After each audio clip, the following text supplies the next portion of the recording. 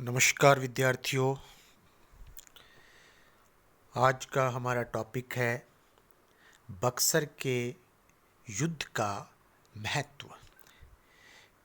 इससे पिछले व्याख्यानों में हमने किया था कि किस प्रकार से जो ब्रिटिश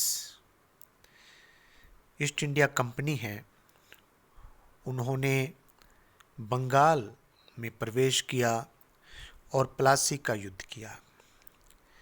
प्लासी के युद्ध में जो अधूरा कार्य रह गया था उसको बक्सर के युद्ध में पूर्ण किया। उसको बक्सर के युद्ध में उन्होंने पूरा किया। आज जब हम बक्सर के युद्ध का महत्व पर चर्चा करना चाहते हैं उससे पहले थोड़ा सा बक्सर के युद्ध पर दृष्टि डालनी ठीक रहेगी। बक्सर के युद्ध में 3 भारत की प्रमुख शक्तियां युद्ध कर रही थीं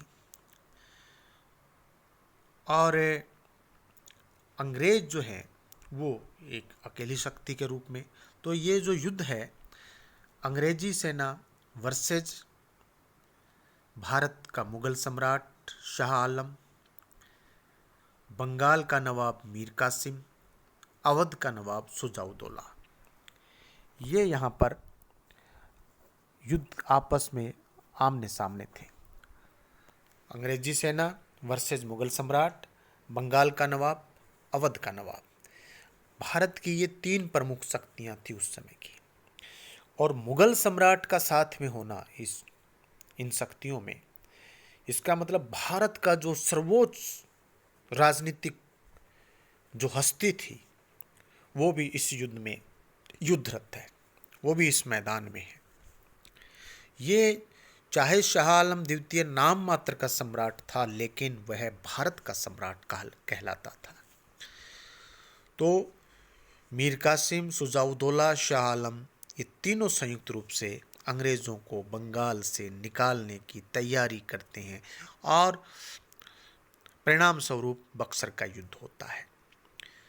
बक्सर के युद्ध में इन तीनों शक्तियों को पराजित करने वाला जो सेना नायक था उसको रेखांकित करने की आवश्यकता है, जिसका नाम है मेजर हेक्टर मुनरो।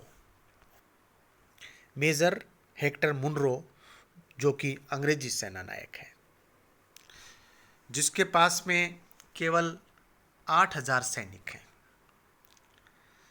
अंग्रेजी सेना नायक के पास में 8000 सैनिक और जो सुजाउद्दौला है उसकी सेना में 1.5 लाख सैनिक। ध्यान रहे शाह आलम के पास में अपनी कोई सेना नहीं थी। शाह आलम कौन? जो कि भारत का सम्राट था, अपनी कोई सेना नहीं थी। बंगाल का नवाब मीर कासिम वो भी खाली हाथ था, उसके पास में भी कोई अपनी सेना नहीं है। सेना जो थी वो अवध की थी, अवध के नवाब सुजाउद्दौला की, वो 1.5 लाख थे। और अंग्रेजों के पास में 8000 सैनिक थे। ये जो 1.5 लाख सैनिक थे इसमें से जो युद्ध करने वाले, जो युद्ध के योग्य सैनिक थे, इतिहासकार जगन्नाथ मिश्र लिखते हैं कि वो कोई 40,000 से ज़्यादा नहीं थे। तो वास्तविक जो सेना सुजाउद्दौला की तरफ से 40,000, वैसे 1.5 लाख। इसीलिए इतिहासकारों ने उसको एक भीड़ कहा है। और इस युद्ध में जो सैनिक मारे गए, इतिहासकार जगन्नाथ ने जो लिखा है वो अंग्रेजी सेना से लगभग 8,000, जिसमें से 7,000 भारतीय सैनिक थे, उन्हीं जो अंग्रेज़ों की तरफ से लड़ रहे थे, और 857 के लगभग अंग्रेज सैनिक थे। इतने सैनिक उनकी तरफ से युद्ध के अंदर मारे गए। और सुजा के जो सैनिक थे वो लगभग 3,000 मारे गए। इस प्रकार ये जो अंग्रेजी वर्सेज जो भारतीयों में युद्ध हुआ, उस युद्ध में अंग्रेजों को विजय मिली। युद्ध में शाह आलम ने बड़ी उदासीनता दिखाई, उदासीनता दिखाता ही उसके पास में अपनी कोई सेना नहीं थी। मीर कासिम युद्ध से मैदान से भाग गया और इधर उधर भटकता रहा। 1777 में कहीं 7 जून के आसपास उसकी मृत्यु हो गई। सुजाउदौला कुछ समय तक युद्ध करता रहा। अंत में उसने भी 3 मई 1765 को कंपनी से, अंग्रेज़ों के साथ में, कंपनी, जहाँ भी कंपनी शब्द आता है यानी कि ईस्ट इंडिया कंपनी यानी कि अंग्रेज के साथ में, कड़ा नामक स्थान पर युद्ध किया और फिर समर्पण कर दिया। इस प्रकार यह प्रसिद्ध लड़ाई समाप्त हो गई जिस पर भारत का भाग्य अवलंबित था और अंग्रेज़ों का जो विजय ध्वज है वो फहराया। युद्ध के परिणामों की यदि बात करें तो युद्ध के परिणाम में पहला परिणाम तो यह निकला कि मीर जाफर को बंगाल का दोबारा नवाब बना दिया गया दूसरी बार। पहले भी यह था, दूसरी बार अंग्रेज़ों ने पुनः अपना जो एक यूँ कहे कि अपना एक मोहरा जो खड़ा किया है बंगाल में, मीर जाफर। दूसरा परिणाम यह निकला कि इलाहाबाद की संधि हुई। क्लाइव जो कि भारत में दूसरी बार आया, उसने बक्सर के युद्ध में जो पराजित शासक थे उनसे इलाहाबाद की संधि की।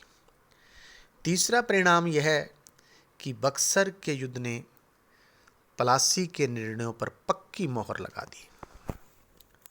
बक्सर के युद्ध ने जो प्लासी के निर्णय थे उन पर पक्की मोहर लगा दी।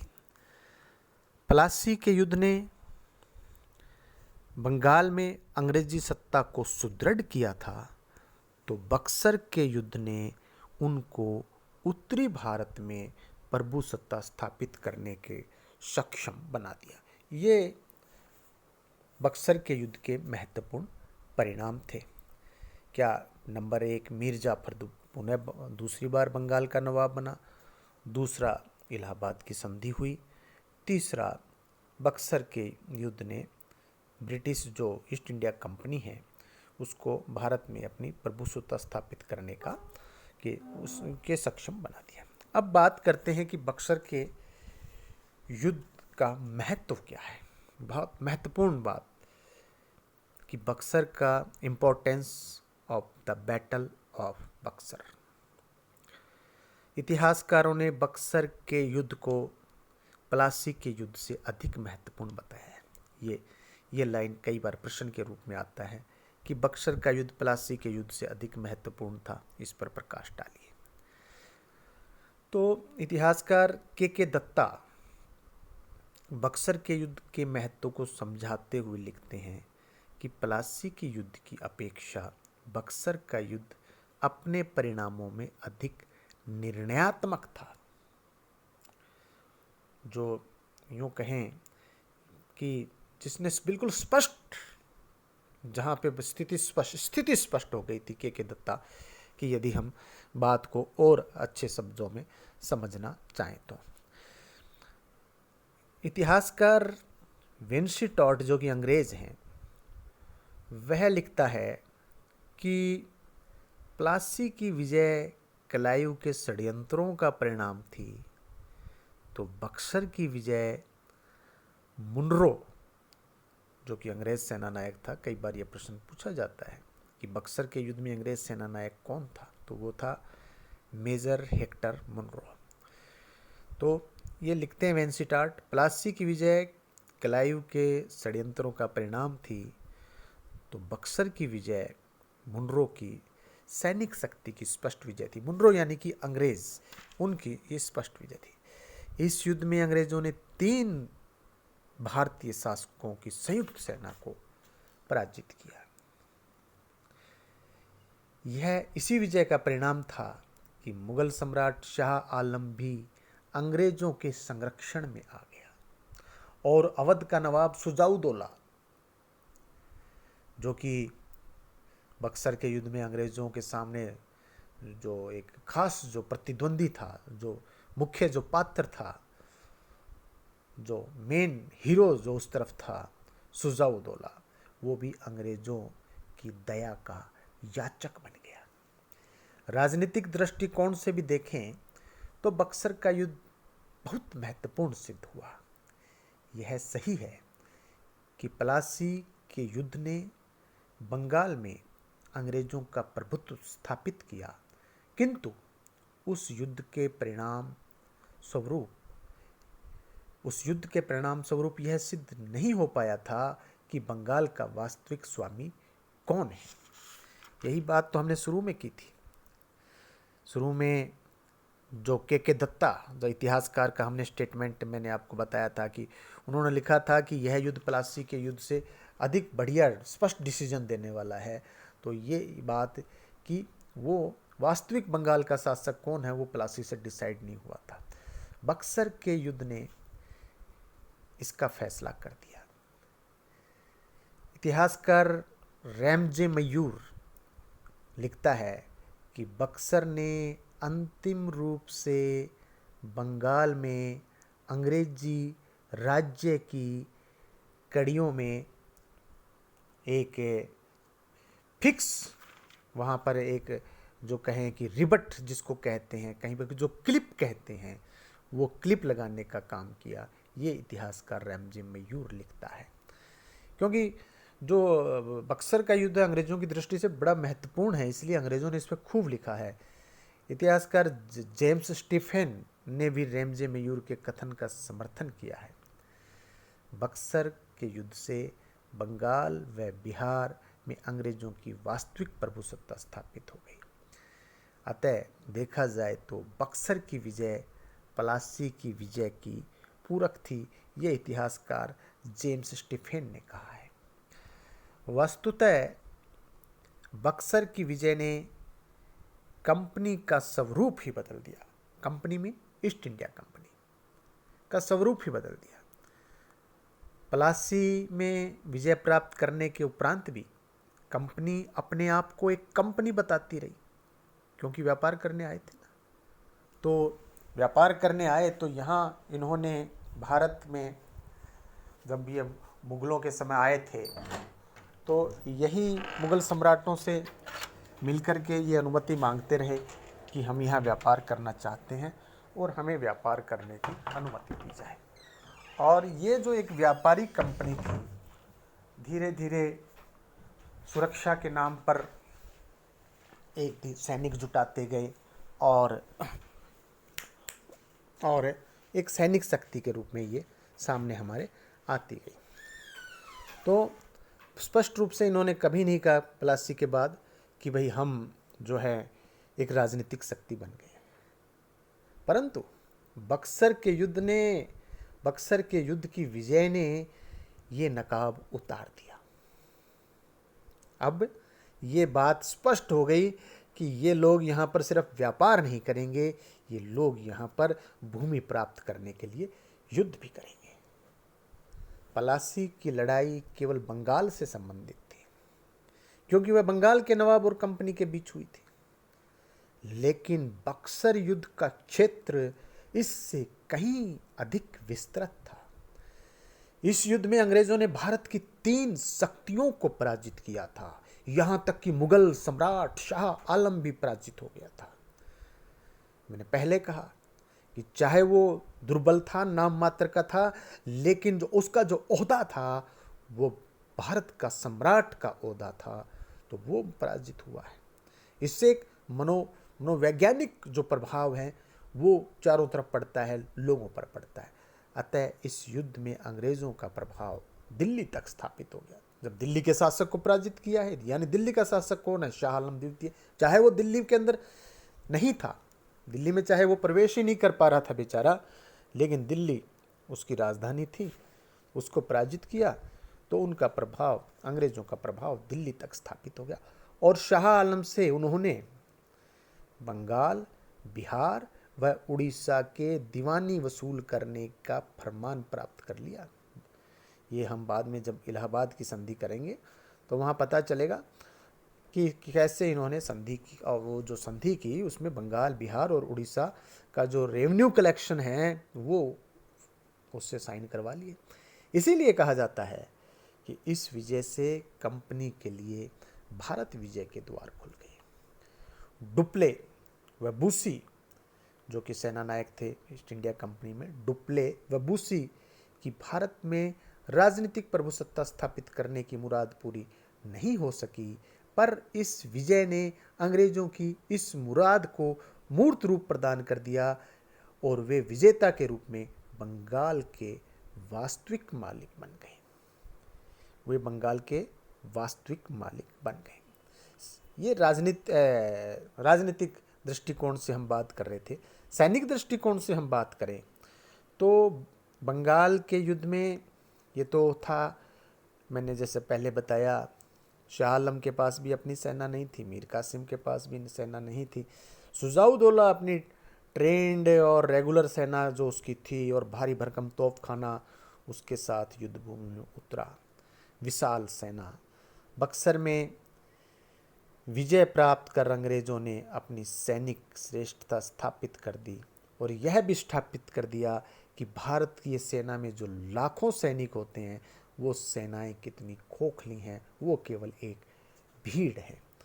प्लासी के युद्ध में क्लाइव को केवल एक सेना से मुकाबला करना पड़ा था, पर बक्सर के युद्ध में मेजर हेक्टर मुनरो को 3 शक्तियों का मुकाबला करना पड़ा था।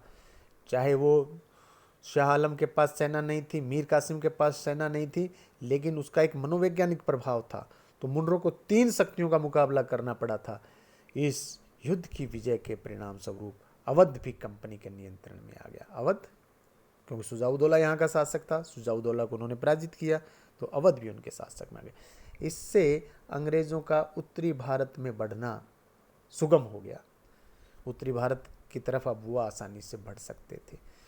उनकी सैनिक शक्ति को चुनौती देने वाला कोई नहीं रहा। इलाहाबाद के नियंत्रण में आ जाने से कंपनी के लिए दिल्ली का मार्ग भी प्रशस्त हो गया। इसीलिए अंग्रेज एल्फ्रेड लॉयल ने इस युद्ध के महत्व के संदर्भ में लिखा है कि अंग्रेजों की सफलता से मुगल सम्राट उनके शिविर में आ गया।